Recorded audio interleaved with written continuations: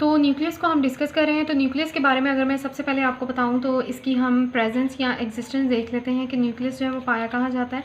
Nucleus both animal and plant cell के अंदर exist करता है। एनिमल सेल के अंदर भी होता है और हमारे प्लांट सेल के अंदर भी न्यूक्लियस जो है वो पाया जाता है।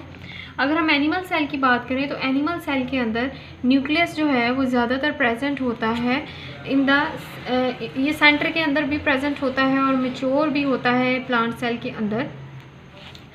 अगर हम देखें इसको एनिमल सेल के अंदर तो ये पाया जाता है जी सेंटर ऑफ द सेल। और अगर हम प्लांट सेल के अंदर देखें तो प्लांट सेल में आपको मैंने कल वाली वीडियो में बताया था, अगर आपने मेरी वो वीडियो नहीं देखी तो आप जाके देख लें। सेंट्रियोल्स के बारे में बताते हुए मैंने आपको बताया था कि एक वैक्यूल होता है प्लांट सेल के अंदर, वो इसके दरमियान में पाया जाता है। तो वैक्यूल की वजह से प्लांट सेल के अंदर न्यूक्लियस जो है वो साइड पे आ जाता है थोड़ा और सेंटर पे एग्जिस्ट नहीं करता। ये इसकी न्यूक्लियस की प्रेजेंस होती है। उसके बाद अगर हम इसकी बात करें कि न्यूक्लियस जो है वो इसकी फॉर्मेशन क्या होती है, ये किस चीज़ से मिलके बना होता है, इसके कंपोनेंट्स क्या होते हैं। तो फॉर्मेशन के अंदर न्यूक्लियस जो है वो ज़्यादातर अगर हम इसकी बात करें तो ये बाउंडेड होता है।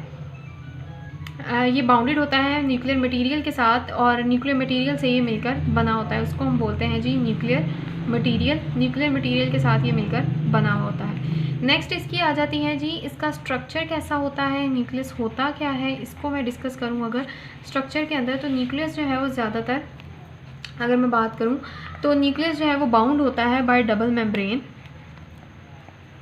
ये बाउंडेड होता है डबल मेम्ब्रेन के ज़रिए। डबल मेम्ब्रेन के ज़रिए ये बाउंड होता है। अच्छा जी, तो स्ट्रक्चर की अगर हम बात करें तो न्यूक्लियस जो है वो membrane bounded, double membrane bounded organelle होती है। न्यूक्लियस जो है वो इस तरह का पाया जाता है।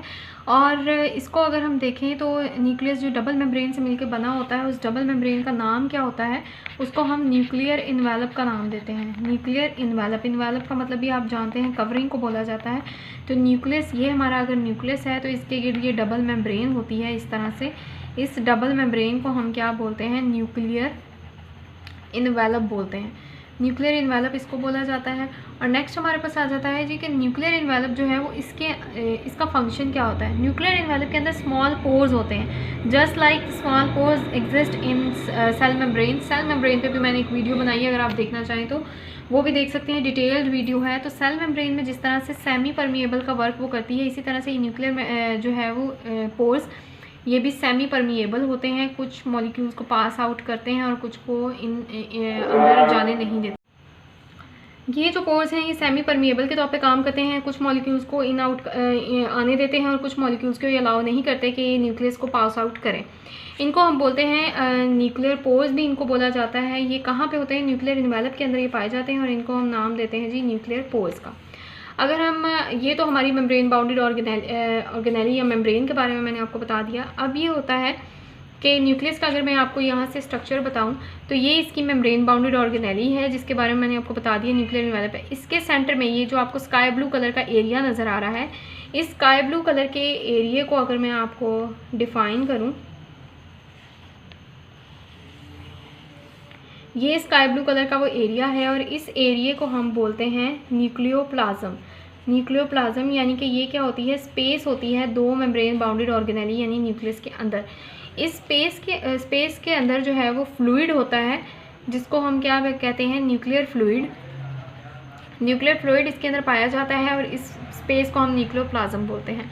और इसके अलावा अगर मैं आपको बताऊँ तो यहाँ पे एक डार्क से कलर का एक स्पॉट टाइप ये इस तरह का एक शेप होती है जिसको हम क्या बोलते हैं, न्यूक्लियोलस बोलते हैं। न्यूक्लियोलस का अब क्या फंक्शन होता है और ये यहाँ क्यों पाया जाता है ये मैं आपको बता देती हूँ। न्यूक्लियोलस जो है वो एक डार्क स्पॉट होता है। इसको जब हम डिफ़ाइन करेंगे तो ये एक डार्क स्पॉट होता है। दूसरा इसमें ये वो साइट होती है, ये वो साइट या जगह होती है या प्लेस होती है जहाँ पे राइबोसोम्स के बारे में भी मैं आपको पहले बता चुकी हूँ। राइबोसोम्स और राइबोसोमल आरएनए जो है वो पाया जाता है। ये राइबोसोमल आरएनए और राइबोसोम्स जो हैं ये दोनों के दोनों हेरिडिटरी मटेरियल हैं। हेरिडिटरी मटेरियल में इनका अहम फंक्शन होता है और इनको हेरिडिटरी मटेरियल के तौर पर जाना जाता है। अगर हम इसकी बात करें तो यहाँ पे इसी न्यूक्लियोलस के ऊपर एक और फंक्शन इसका ये है कि यहाँ पे क्रोमोसोम्स हमें विजिबल होते हैं। अब क्रोमोसोम्स क्या है, इसके ऊपर भी मैं वीडियो बना दूंगी, लेकिन इसका स्ट्रक्चर मैं आपको बता देती हूँ। क्रोमोसोम्स जो है वो इस तरह का एक स्ट्रक्चर होता है जिसको हम क्रोमोसोम्स बोलते हैं। इसकी 2 ये सिस्टर क्रोमाटिड्स होते हैं और ये इसका सेंट्रोमियर होता है, 2 बाजू होते हैं। यहाँ पे ये आप किताब के अंदर, इसी बुक के अंदर ये क्रोमोसोम की पिक्चर भी आप देख सकते हैं, इसका स्ट्रक्चर देख सकते हैं। ये क्रोमोसोम्स जो होते हैं वो इसी न्यूक्लियोलस के ऊपर पाए जाते हैं। और क्रोमोसोम जो हैं वो हमें कब विजिबल होते हैं, जब डिवीजन हो रही होती है उस टाइम में हमें ये विजिबल होते हैं, और जब डिवीजन नहीं होती तो ये हमें विजिबल नहीं होते। अब क्रोमोसोम जब डिवीजन हो रही होती है विजिबल होते हैं, डिवीजन ना होने के टाइम पे ये किस तरह से विजिबल होते हैं ये भी मैं आपको बता देती हूँ। ये एक्चुअली हमें विजिबल होते हैं लाइक क्रोमाटिन। क्रोमाटिन जो है वो क्या होता है, यहाँ पे मैं आपको स्ट्रक्चर क्रोमोसोम के साथ ही बना देती हूँ। क्रोमाटिन जो है वो इस तरह का धागे नुमा उलझा हुआ सा एक स्ट्रक्चर होता है। क्रोमोसोम हमें डिवीजन के अलावा हमें इस तरह से दिखाई देते हैं और इसको हम क्रोमाटिन बोलते हैं, फिर इसको क्रोमोसोम नहीं बोलते, ठीक है। उसके बाद अगर हम इसके बारे में और बात करें तो न्यूक्लियस जो है वो ज़्यादातर प्रोमिनेंट होता है प्रोकैरियोटिक सेल के अंदर, और ये साइटोप्लाज्म के अंदर, और इनके साइटोप्लाज्म के अंदर जो है वो ये पाया जाता है। न्यूक्लियस के बारे में अगर हम बात करें, अब मैं इस टॉपिक को आपको डिफ़ाइन कर देती हूँ पूरा, कि अगर आपको ये टॉपिक आए तो आपने इसको किस तरह से मेंशन करना है, किस तरह से लिखना है। न्यूक्लियस जो है सबसे पहले आप बताएंगे कि ये कहाँ पाया जाता है। एनिमल प्लांट सेल में मैंने आपको बता दिया है, किस जगह पे पाया जाता है वो भी मैंने मेंशन कर दिया। फॉर्मेशन अगर हम देखें तो फॉर्मेशन भी मैंने आपको बता दी है। स्ट्रक्चर के अंदर इसकी एक मेम्ब्रेन बाउंडेड ऑर्गेनेली होती है जिसको न्यूक्लियर इन्वेलप बोलते हैं। न्यूक्लियर इन्वेलप का फंक्शन क्या है वो भी आपने यहाँ लिस्ट कर देना है। न्यूक्लियर इन्वेलप की आप हेडिंग देंगे, नेक्स्ट हेडिंग आप देंगे न्यूक्लियर पोर्स क्या होते हैं, उससे अगली हेडिंग आपकी न्यूक्लियोप्लाज्म की होगी, फिर न्यूक्लियोलस की होगी और न्यूक्लियर फ्लूइड की होगी। ये 4-5 आपकी स्ट्रक्चर के अंदर हेडिंग्स आ जाएंगी। उसके बाद इसके फंक्शंस को आप लिस्ट करेंगे। फंक्शन से पहले आप बता देंगे न्यूक्लियोलस एक डार्क स्पॉट होता है और यहाँ पे इसके फंक्शन क्या होते हैं। फिर उसके बाद आप क्रोमोसोम के बारे में बताएंगे कि क्रोमोसोम भी न्यूक्लियस के अंदर पाया जाता है और ये कहाँ पे पाया जाता है और इसके फंक्शन क्या होते हैं। ये हमारा न्यूक्लियस का पूरा एक टॉपिक है। अगर आप इसकी डायग्राम देखना चाहें तो आप यहाँ से मेंशन कर सकते हैं बुक से। कुछ मैंने भी आपको थोड़ा सा गाइड करने की कोशिश की है।